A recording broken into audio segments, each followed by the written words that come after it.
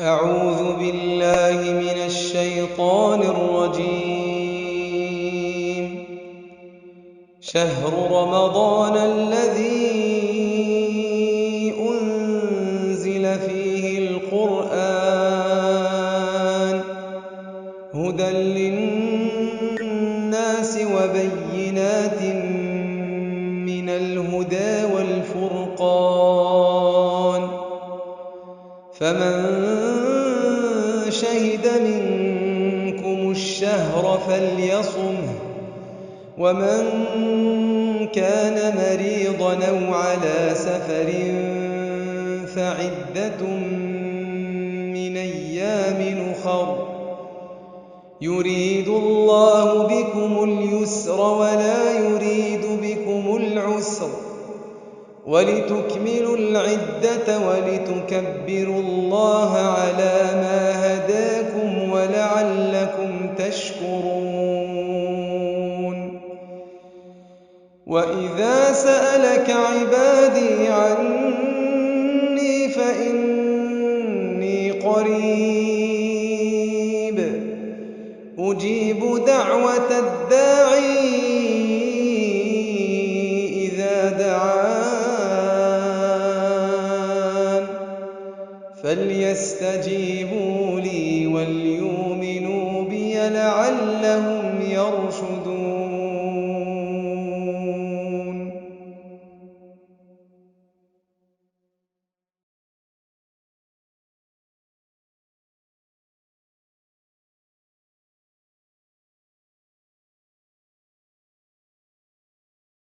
أعوذ بالله السميع العليم من الشيطان الرجيم.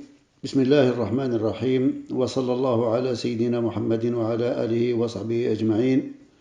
سبحانك لا علم لنا إلا ما علمتنا إنك أنت العليم الحكيم. رب اشرح لي صدري ويسر لي أمري واحلل عقدة من لساني يفقه قولي، وبعد. السلام عليكم ورحمة الله تعالى وبركاته. Il y a peu de temps, nous disions adieu au mois de Ramadan, et c'est comme si c'était hier, et nous l'accueillons aujourd'hui après une année. Une année qui est passée dont les plaisirs se sont évanouis, mais les actions, que ce soit bonnes ou mauvaises, restent inscrites.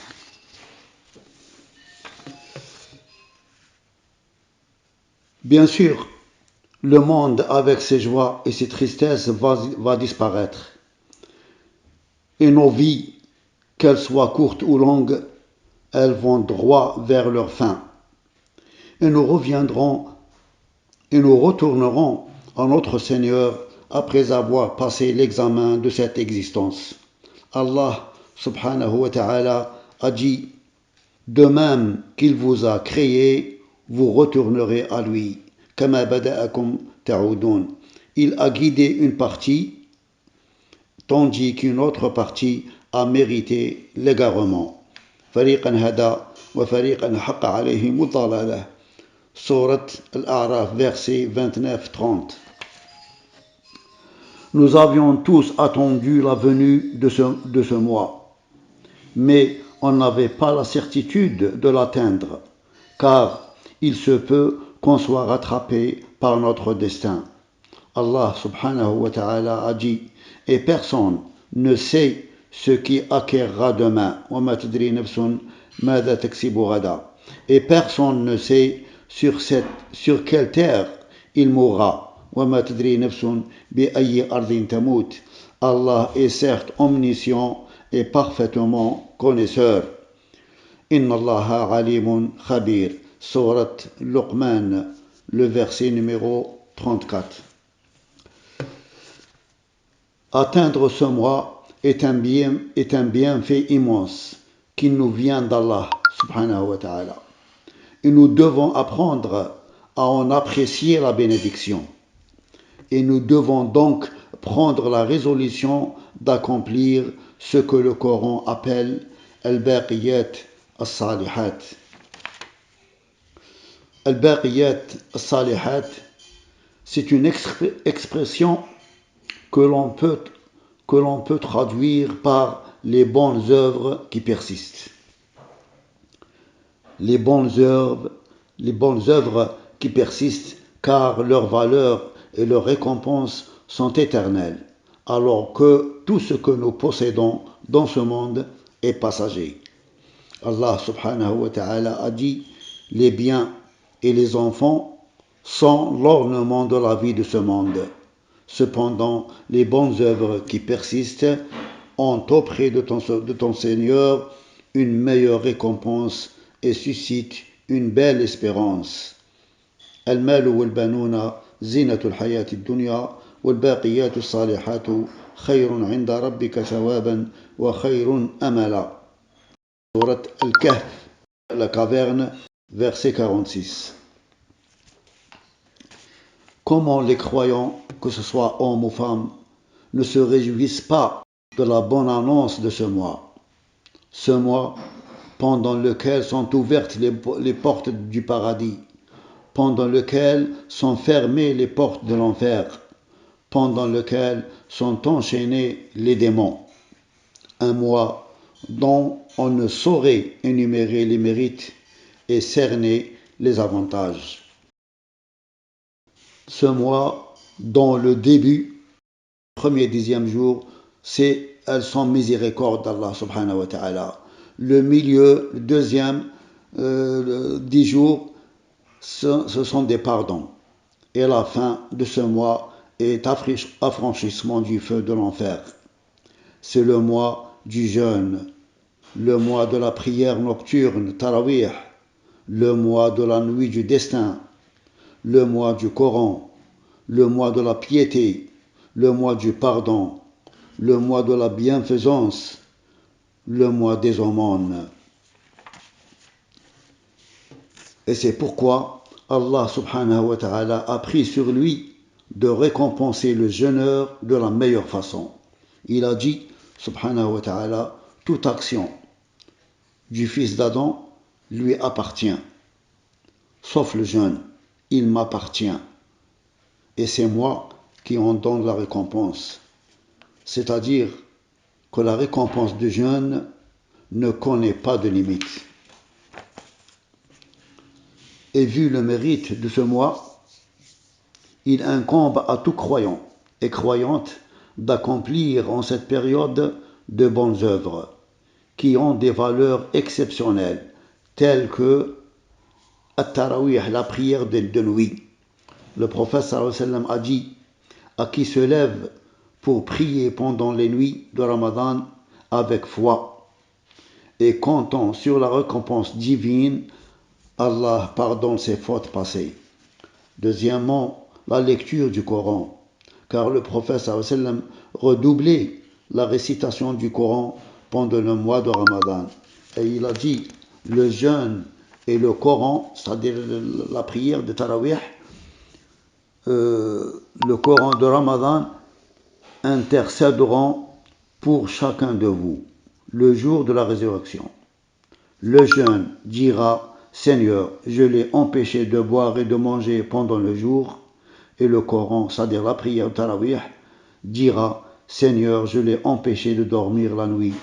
Accepte notre intercession pour lui. Et parmi les bonnes œuvres de la charité pendant ce mois, le prophète, et pendant les bonnes œuvres, il y a la charité, les aumônes, pendant ce mois. Le prophète sallallahu alayhi wa sallam a dit: la meilleure charité, c'est celle accomplie pendant le mois de Ramadan. Et il est mentionné aussi dans un sermon du prophète sallallahu alayhi wa sallam que celui qui donne aux jeûneurs de quoi rompre son jeûne pendant le mois de Ramadan voit ses péchés pardonnés et Allah l'affranchit du feu de l'enfer. Et celui qui donne à boire aux jeûneurs quand il rompt son jeûne, il boira au fameux bassin de l'au-delà et il n'aura plus jamais soif.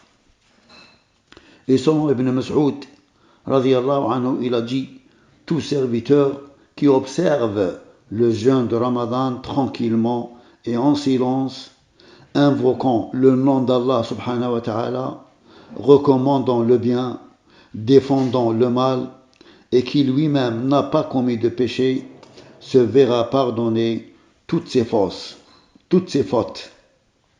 Et chaque fois qu'il célèbre les louanges d'Allah subhanahu wa ta'ala, on lui fera construire une maison au paradis. Et à propos de la construction de la maison au paradis, il y a une question à se poser. Quel est l'intérêt d'une maison ou plusieurs maisons, puisqu'au paradis, il y a tout ce que le serviteur veut. Le prophète sallallahu alayhi wa sallam nous a rapporté que Allah subhanahu wa ta'ala a dit dans un hadith qudsi, il a dit: j'ai préparé à mes serviteurs vertueux au paradis ce qu'aucun œil n'a vu, aucune oreille n'a entendu, ni ce que personne ne peut imaginer. Ça, c'est un hadith qudsi, ce sont les paroles d'Allah subhanahu wa ta'ala, mais ce n'est pas du Coran. Est-ce qu'on a besoin de maison au paradis? On n'a pas besoin de maison au paradis parce que c'est gratuit. Donc, ce qu'on doit comprendre dans ce hadith, lorsqu'il dit chaque fois qu'il célèbre les louanges d'Allah subhanahu wa ta'ala, on lui fera construire une maison au paradis, on doit comprendre, cela veut dire que si tu célèbres les louanges d'Allah ou tu participes à la construction d'une mosquée et qu'Allah a accepté ses œuvres, eh bien sois sûr qu'Allah subhanahu wa ta'ala t'a construit des maisons au paradis en ton nom. Et si c'est le cas, ça y est, tu as une maison en ton nom, eh bien cela veut dire que tu auras le droit d'accéder à ton bien au paradis. C'est comme une réservation d'accès au paradis, Inch'Allah. Donc nous demandons à Allah subhanahu wa ta'ala qu'il nous accorde le paradis du Firdaus avec les prophètes, les véridiques, les martyrs et les vertueux. Et qu'il accepte toutes nos bonnes actions et nous pardonne tous nos péchés et qu'il nous épargne son châtiment dans ce bas monde et dans le delà. Amin. Wa sallallahu ala sayyidina Muhammadin wa ala alihi wa sahbihi wa sallam alayhi wa salamu alaykum wa rahmatullahi wa barakatuh. أعوذ بالله من الشيطان الرجيم. بسم الله الرحمن الرحيم. الرحمن علم القرآن خلق الإنسان علمه البيان. الشمس والقمر بحسبان والنجم والشجر يسجدان والسماء رفعها ووضع الميزان ألا تطغوا في الميزان وأقيموا الوزن بالقسط ولا تخسروا الميزان والأرض وضعها للأنام فيها فاكهة والنخل ذات الأكمام والحب ذو العصف والريحان فبأي آلاء ربكما تكذبان خلق الإنسان من صلصال كالفخار وخلق الجان من مارج من نار فبأي آلاء ربكما تكذبان رب المشرقين ورب المغربين فبأي آلاء ربكما تكذبان مرج البحرين يلتقيان بينهما برزخ لا يبغيان فبأي آلاء ربكما تكذبان يخرج منهما اللؤلؤ والمرجان فبأي آلاء ربكما تكذبان وله الجوار المنشآت في البحر كالأعلام فبأي آلاء ربكما تكذبان كل من عليها فان ويبقى وجه ربك ذو الجلال والإكرام فبأي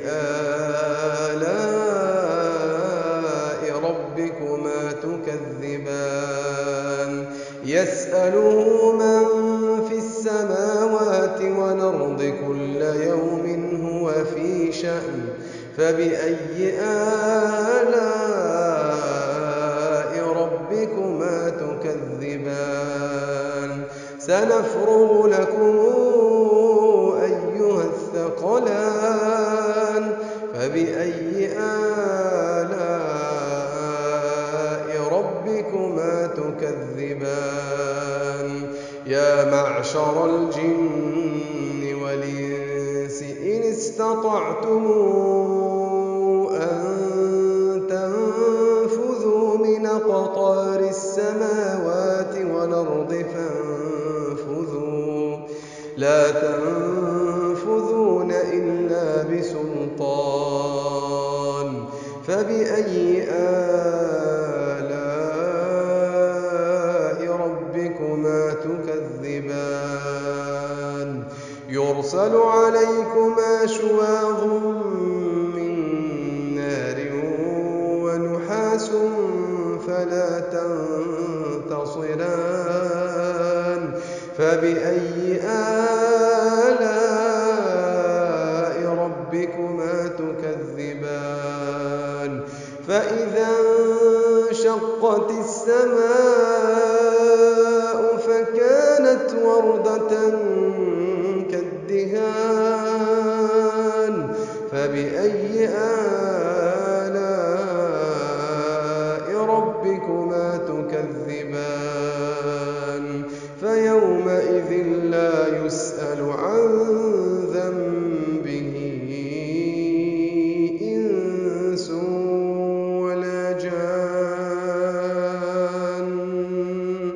فبأي آلاء ربكما تكذبان يعرف المجرمون بسيماهم فيؤخذ بالنواصي والأقدام فبأي آلاء ربكما تكذبان هذه جهنم التي يكذب بها المجرمون يطوفون بينها وبين حميم آن فبأي آلاء ربكما تكذبان ولمن خاف مقام ربه جنتان فبأي آلاء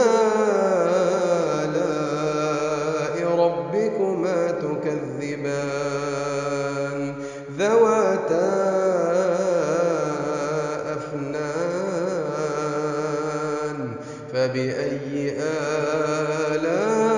آلاء ربكما تكذبان فيهما عينان تجريان فبأي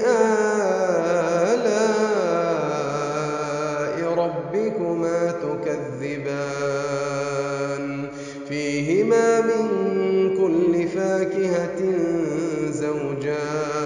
زوجان فبأي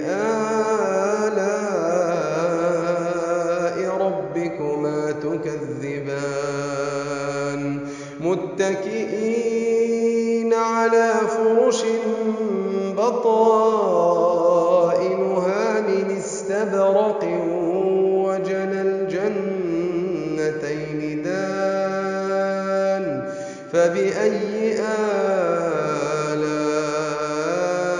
ربكما تكذبان فيهن قاصرات الطرف لم يطمثهن إنس قبلهم ولا جان فبأي آلاء ربكما تكذبان كأنهن الياقوت والمرجان فبأي آلاء ربكما تكذبان هل جزاء الإحسان إلا الإحسان فبأي آلاء ربكما تكذبان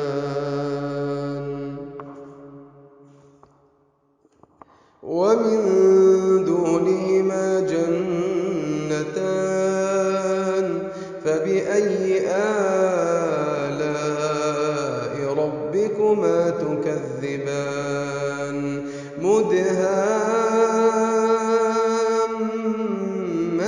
مدهامتان فبأي آلاء